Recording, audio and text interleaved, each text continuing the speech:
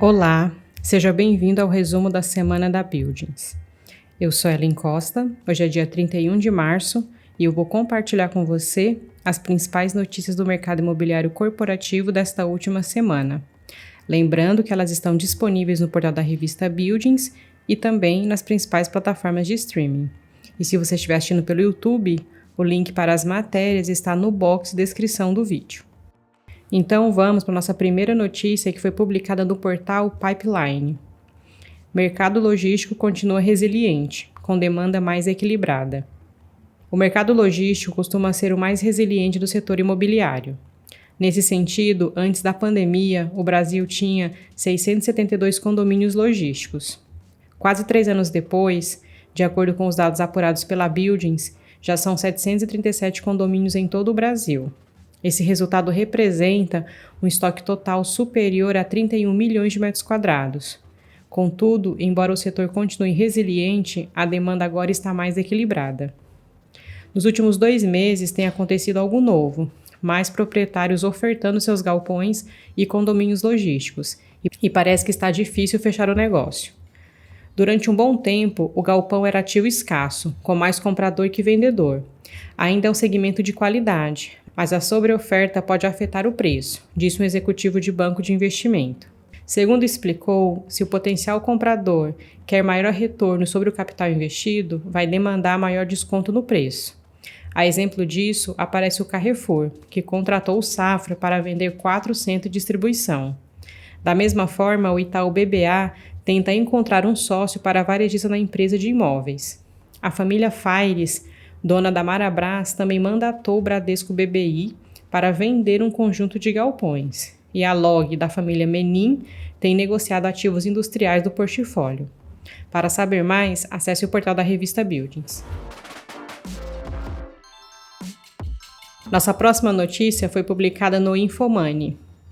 FII de escritório vende parte dos imóveis por 9 milhões de reais.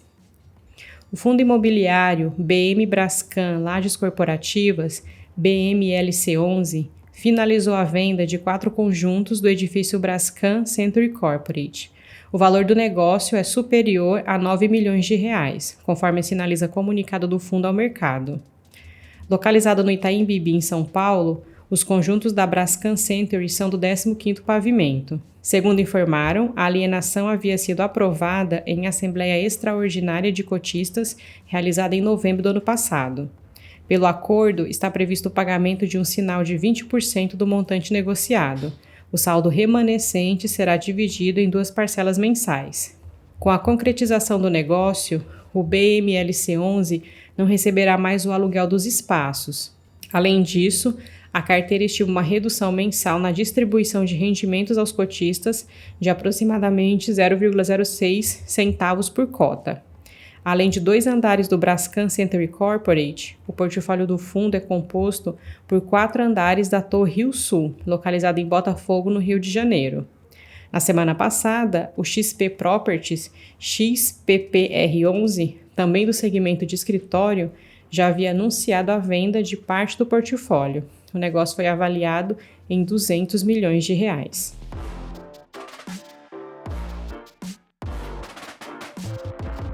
Nossa próxima notícia foi publicada na CNN. Inflação do aluguel. IGPM sobe 0,05% em março, diz FGV. O Índice Geral de Preços ao Mercado, o IGPM, apelidado de inflação do aluguel, subiu 0,05% em março, após queda de 0,06% em fevereiro, informou na última quinta-feira, dia 30, a Fundação Getúlio Vargas. Com o resultado, o indicador acumula alta de 0,20% no ano e de 0,17% em 12 meses. A expectativa em pesquisa da Reuters com analistas era de alta de 0,15%. Em março do ano passado, o IGPM tinha avançado 1,74%, com alta acumulada de 14,77% em 12 meses. Na análise de André Braz, coordenador dos índices de preço da FGV, o IGPM acumulado em 12 meses segue em desaceleração e registra sua menor taxa desde fevereiro de 2018, quando apresentara queda de 0,42%. Os índices componentes do IGPM também apresentaram desaceleração nas taxas interanuais. No mês de março, enquanto os índices ao produto e da construção civil desaceleraram, a variação do IPC acelerou devido à volta da cobrança dos tributos federais sobre a gasolina, cujo preço subiu em média 6,52%. Já o índice de preços ao produtor amplo, IPA, caiu 0,12% em março, após queda de 0,20% em fevereiro. O resultado, segundo a FGV, foi influenciado pelo subgrupo combustíveis para consumo, que passou de 4,07% para menos 1,46% mês a mês. O índice de preço ao consumidor, o IPC, por outro lado, avançou 0,66% em março, ante alta de 0,38% em fevereiro. 5 dos 8 componentes do índice variaram para cima neste mês. O Índice Nacional de Custo da Construção, o INCC, variou 0,18% em março, em comparação ao avanço de 0,21% em fevereiro. Para saber mais, acesse a revista Buildings.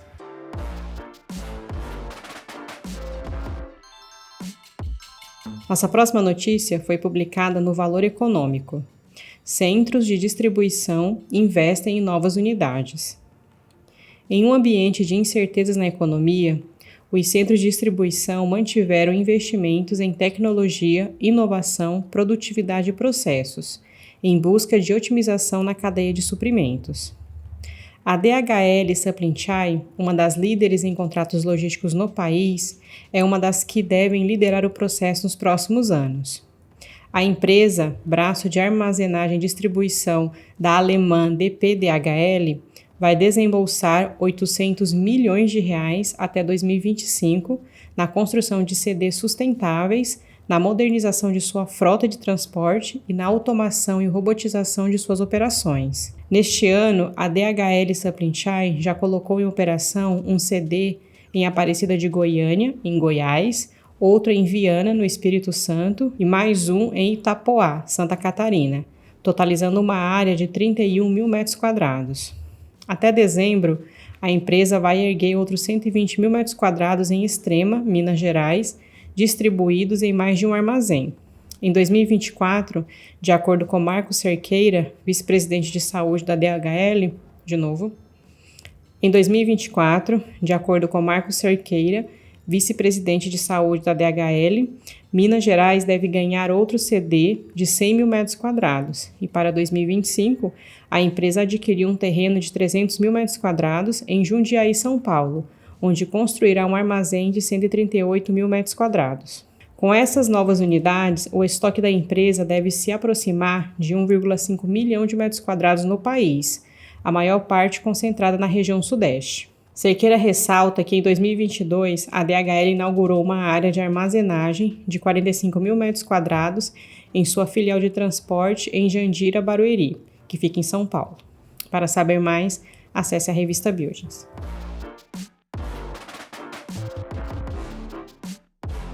Nossa última notícia foi publicada no portal fiis.com.br. Como diversificar uma carteira de fundos imobiliários. Criar uma carteira de fundos imobiliários diversificada e com bons ativos para o longo prazo não é uma tarefa fácil, já que demanda do investidor um conhecimento sobre como escolher os melhores FIIs para seu portfólio. Nesse sentido, alguns fatores podem pesar mais do que outros na escolha dos FIIs, já que cada investidor possui a sua própria estratégia e perfil de risco diferente.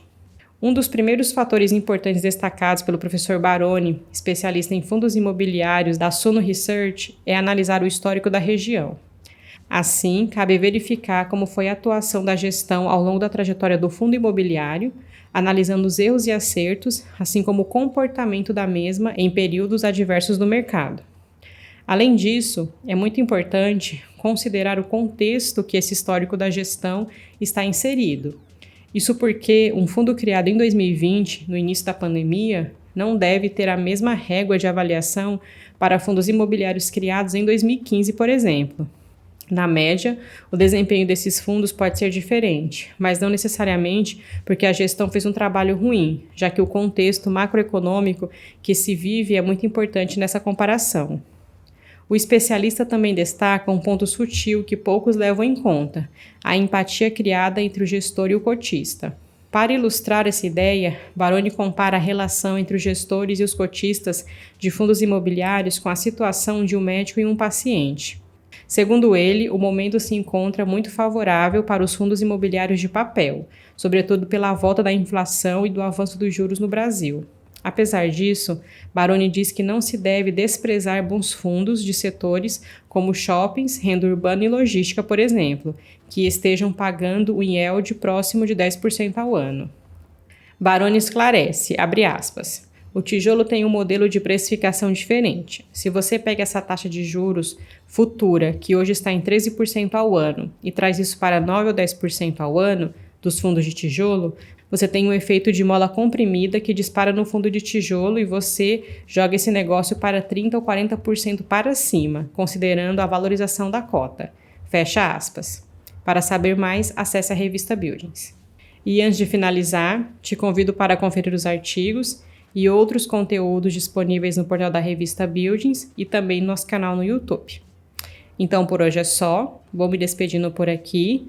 Espero que você tenha gostado do nosso resumo. Sou Ellen Costa, te desejo um excelente fim de semana e nós voltamos a nos falar então na próxima sexta-feira. Um abraço e até lá!